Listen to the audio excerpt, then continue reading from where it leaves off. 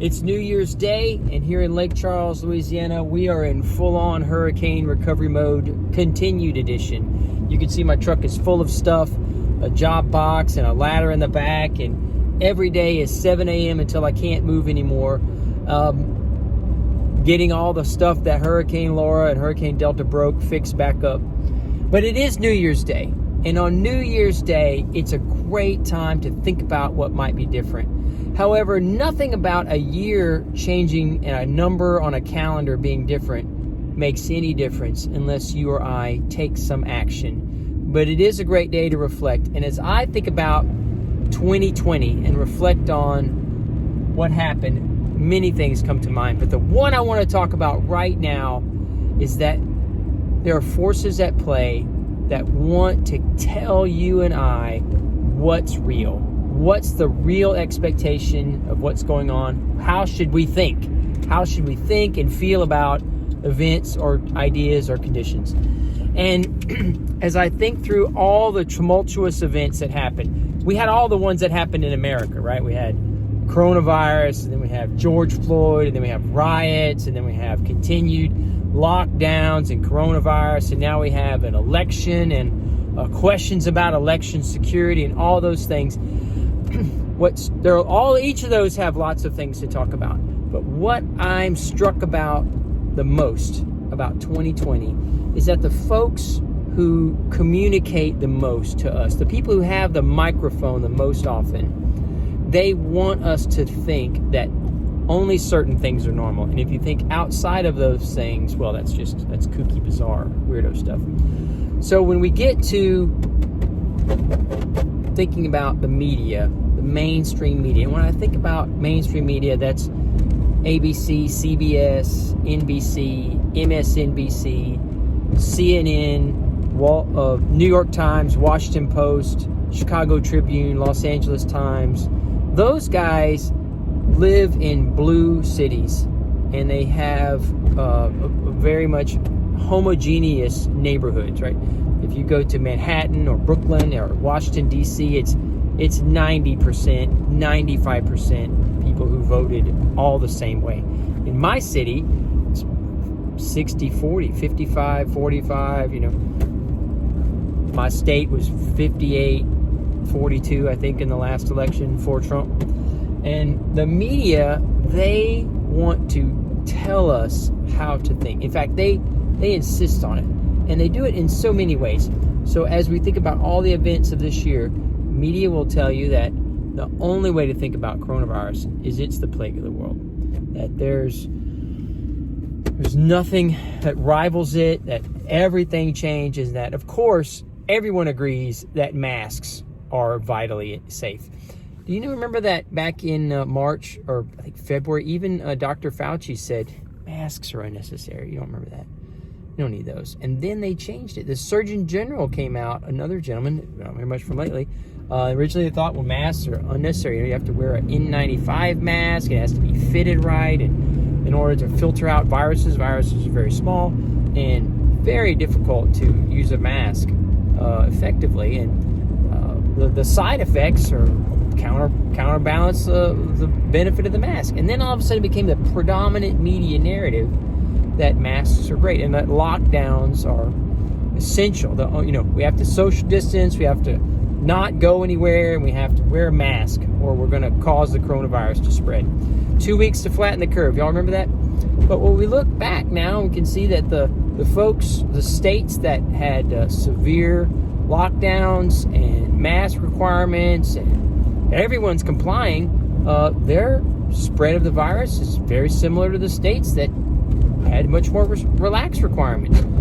Golly whiz, hard to tell the difference between California and other states. In fact, states that are trumpeted as some of the leaders, Mr.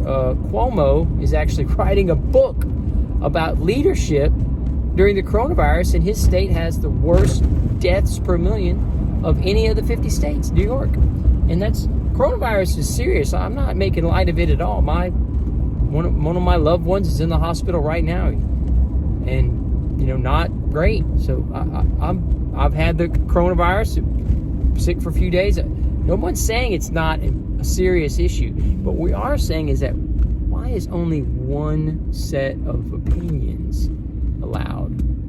So if you think back about 2016, we had an election then. We had Donald Trump, the outsider, won. And even before results are finalized, we have mainstream media telling us that Donald Trump was a stooge of the Russian government and that Russia and Donald Trump colluded to steal the election. And the media narrative told us that for years. And what media narratives do is they apply political pressure, and it makes it hard to buck that system. It makes it hard for politicians to. Political pressure is important. I mean, all of us are influenced by pressure, and doesn't mean that you compromise your values, but it's a factor, and you go into it. So they told us for 2, 3, 4 years, Donald Trump had colluded with Russia to steal the election. In fact, the political pressure made the Attorney General, Jeff Sessions, Trump's original Attorney General, recuse himself from the investigation, right? I'll go into that another day. But he recused himself, and so he appointed Robert Mueller, a former FBI director, to be a special counsel. Robert Mueller had unlimited subpoena power. He hired dozens and dozens of professional agents, and he had I think he spent $50 million in 2 years interviewing, thousands of witnesses and millions of pieces of paper. And what did he find about Russia collusion? Donald Trump's colluding with Russia to steal the election. He didn't find anything. The media, though, breathlessly for years told us that Trump colluded with Russia to steal the election. Every day there was a new, this is the shoe that's going to drop, and this is the beginning of the end. And just go look at it. Go look and Google some compilations that people put out. I think Brent Bozell's group does a lot of those compilations of all of the tropes about how Trump and Russia and, oh my gosh, the end of the world. And then it turns out Robert Mueller didn't find anything. Even after the Mueller investigation, Adam Schiff, who's the chairman of the House Intelligence Committee, stood outside of CNN's studios with a manila envelope. Says, I have in this envelope new information, new evidence of Trump-Russia collusion. So Adam Schiff had his chance. He had his hearings, his impeachment hearings, and he didn't bring out any new information. What information do we have about Trump-Russia collusion? Well, Don Jr. held a meeting, or was invited to a meeting by someone who apparently was Russia, and they ended up saying they had something on Hillary, and nothing came of the meeting, and Don didn't meet with them again. So what else do we have? Well, we have that Hillary's campaign hired a firm called Fusion GPS, and they went and hired a British spy, now discredited, named Christopher Steele. And Christopher Steele went and got with the Russians and got some disinformation about Trump. And they call that the Steele dossier. And people like James Comey and Clapper, Brennan, Comey got a subpoena from the FISA courts using this Trump dossier from Christopher Steele, discredited, didn't tell him that Hillary's campaign paid for it, didn't tell him it was Christopher Steele, a guy that was now on the outs with the CIA, not using him as an informant anymore. And they spied on the Trump campaign. Trump said, hey, they spied on my campaign, and all of the folks in the media ridiculed Donald Trump. Oh, how ridiculous. They tapped his phone. Of course, well, Trump was slightly off on the details, right? They didn't tap Donald Trump's phone, but they spied on the Trump campaign. The existing federal bureaucracy spied on the incoming administration, trying to undermine them and discredit them, saying that they're Russian spies. Do you know how terrible that is? And the media tells us that's absolutely normal. Trump colluded with Russia and all this Trump, Russia. We have 2 years of the Mueller investigation, and what did they find? They didn't find anything. And that dossier is a bag of lies. They just made it up. Russia gave disinformation about that. And did the media come out and say, oh man, we retract. We must have really made a mistake. No retractions, no nothing. Double down. So what I'm saying is they've handed us the full kimono, right? They've opened up the kimono and said, here we are. We, the media, we are turning the light on, see? And the media are saying to us, if we're listening, saying, we're not journalists anymore. Journalism used to be the curiosity, right? The journalists were skeptical about politicians, and they would go find out, go investigate, go do information, dig, look, be curious, skeptical. And now, what do we find? Every day with the Trump-Russia collusion thing, we had a new leak. An anonymous source tells us. Anonymous source from within the administration, within the FBI, within the intelligence community. Anonymous sources will tell us. Do you know what an anonymous source is worth? Nothing, man. If they won't give you their name, why would you trust anybody like that? And the reason that the media is okay with anonymous sources in this instance is that the media guys are not journalists. They are agenda-driven partisans who are pushing for one side. They live in blue states, live in blue cities, have prideful. Listen to David Brooks, right? He tells us that that the expert class of journalists and academia need to reach out to us Trump people in the hinterland because we are given to bumpkinism because we don't have the access to the expert class in the thriving blue cities. I'll find a link and put that in there. And David Brooks is just revealing what's going on inside the minds of the journalists. And that is that they don't respect people in the heartland, right? People like me who drive a truck and own a business and work with my hands and own a gun, and we're knuckle-dragging Neanderthals. That's what they think we are. And these journalists have gotten away with it. But in 2020, they showed their colors in true fashion. Trump-Russia collusion came to nothing, and the media gave ne'er a correction, a retraction. They doubled down. In fact, what they did next is found the whistleblower, right, who revealed the Ukraine call. He felt like there was a quid pro quo. Guy didn't have first-hand information; he had second-hand information, and the media just ran with it. Oh my gosh! So an impeachment came of that. The House Democrats impeached President Trump, and turns out if you look at Ukraine, we'll find something interesting. Another case that reveals something interesting about the media, which is that Donald Trump talked about. Hey, the whole point of the call was, hey, look into the Biden thing. What's the Biden thing? Well, turns out that Joe Biden, Vice President Joe Biden, was President Barack Obama's point man in Ukraine, in charge of the Obama administration's Ukraine policy. Vice President Biden was over in Ukraine, and the Attorney General of Ukraine was looking into investigating a company called Burisma, which is a natural gas extraction sales company. Now, unlike in the United States, we have publicly traded companies. There's a ton of information. You have to file a 10K, all these reports. Not so in a place like Ukraine, kind of an oligarch-run shop, and you get contracts because of your contacts and all that stuff.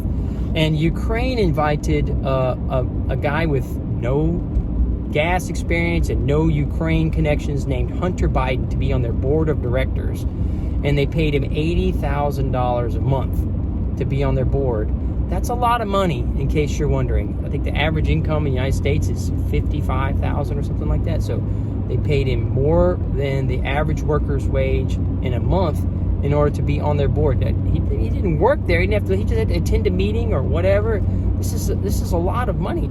And President Trump asked the Ukraine. So Vice President Biden, go back. He was pressuring the president of Ukraine to fire the Attorney General because the Attorney General was corrupt, according to Vice President Biden. But what the Attorney General was doing was looking into corruption at Burisma, where Vice President Biden's son had this cushy gig. And Vice President Biden is recorded on video saying that he held out a $1 billion grant to Ukraine unless the president fired the investigator.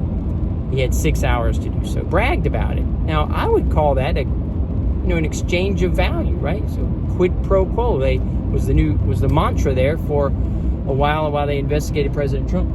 And Vice President Biden did that. He pressured the Ukrainian leader to fire the investigator who was looking into Burisma, where Vice President's son had this cushy job. Don't you want a job that makes $80,000 a month in order to attend a meeting or two? I would. That sounds pretty great. But even Hunter Biden didn't buy it. He was asked in an interview why he got that job, and he said, "Well, I guess my name is Biden. That's why." So let's keep up the story. So when President Trump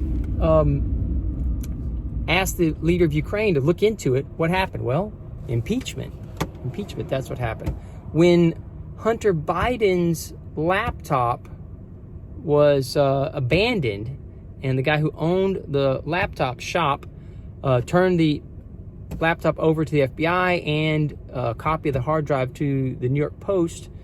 The New York Post came out with a blockbuster story that Hunter Biden, Hunter Biden's emails seem to implicate that there's funny business, right? It needs to be investigated. There's sort of big money deals with Ukraine and with Russia and with China, where Hunter Biden, they call that influence peddling. If you go get deals because you can give access to a politician who's your relative, that's not good. It's not good at all.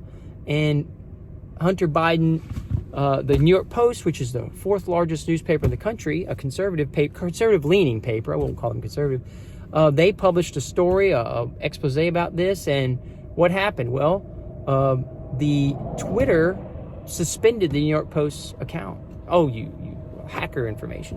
All of the talking heads at those places that I mentioned earlier, they said this is a conspiracy, this is untrue information, absolutely no information, no basis for this information. They had Brennan and Clapper, the former CIA and National Security Advisor chairs for President Obama, on there, and they said, this is another evidence of Russian disinformation. They said that the Hunter Biden story was Russian disinformation.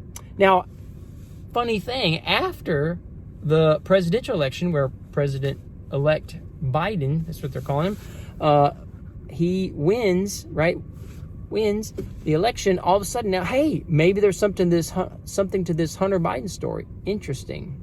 So the media spiked the story. Facebook and YouTube and Twitter, Google all put the thumbs down on the Hunter Biden story until it doesn't matter anymore. And the media types, they are not honest journalists. They are naked political partisans. The entire budget of CNN ought to be an in-kind contribution to the Democrat National Committee. Those guys aren't attempting to be honest. They're attempting to be partisan. And you know what? It's America. They can be partisan if they want. This is a free country, and you can do as you like. But what they don't get to do is control the way we think. They want us to believe that we're wrong, we're off. They want to set the expectations that, and you know what 2021 tells me is they don't get that anymore. They've shown themselves to be naked partisans, and guess what? They're just wrong. They're discredited. And I want you and I to just remember that as we turn into 2021, that the media, and there's more to say. There's other groups, the federal bureaucracy, academia, our not-for-profit world, and all of the entertainment world. These guys are 95% blue, and they don't represent America. They're not a cross-section. There's no diversity. Go back to the media, for example. If you look at the donations of media people, right? They say they're journalists. Federal donations to presidential campaigns, 95% of donations from journalists go to Democrats. Ask yourself, who is a conservative in the newsroom at the New York Times? And there aren't any. Again, the guy named David Brooks, I'll put the link to his video he showed the other day. He's the supposed conservative. He's nothing, not a conservative at all. There's no diversity of thought in these places, nor is there in academia, nor is there in the not-for-profit world, nor is there in the bureaucracy, nor is there in in entertainment. These guys have the microphone, academia, the bureaucracy, the news business, and they want you and I to think that we're crazy. They are telling us that there's nothing to see here with election fraud. There is no problems at all. This is the best election ever. And, thousands of people have come forward and given affidavits saying, hey, I saw this, it's irregular. I saw this, it's bad. You remember back to the Hunter Biden story, right? There was a whistleblower. Remember the whistleblower that they trumpeted so much, saying, I think there's a quid pro quo with President Trump and the leader of Ukraine. He didn't even hear the call. He heard someone talking about the call. This was all just a setup, right? There's no, just a naked partisan inside the administration who wants to undermine President Trump. And the media says, oh my gosh, whistleblowers must be heard. Turns out if the whistleblower is a person who saw something irregular at a Democrat city like Philadelphia or Detroit or Atlanta, right? Atlanta, we have a water main break and everyone goes home and then they start recounting without Republican watchers in there. And golly whiz, I think that there's some curiosity that should happen. If there were journalists were involved, they would want to know. So let's go dig into it. Instead, it's you get a little tag on every Facebook post. The election results, elections are safe, and just go check our little fact checkers. You use your common sense to fact check. 2020 is full. There were journalists in front of burning buildings where riots took place telling us that it's mostly peaceful. There's several of these journalists standing in front of burning buildings telling us that the mostly peaceful protests, and golly whiz, a lot of protests were peaceful and some were riotous. And it'd be great to tell the truth, to be honest, to be or to declare your biases. I'm very conservative. I'm not pretending to be something I'm not. I'm sure not pretending to be some objective, nonpartisan journalist who just tells it like I see it. And the truth is that those guys only hang out with people with like minds. They agree with each other and they live in an echo chamber, and that echo chamber has turned the journalism business to rot. Don't buy them. They are not journalists anymore. They're naked partisan political operatives. 2021, we've turned a new chapter, and we're not going to let those people tell us what's normal. You decide what's normal for you. Freedom is better.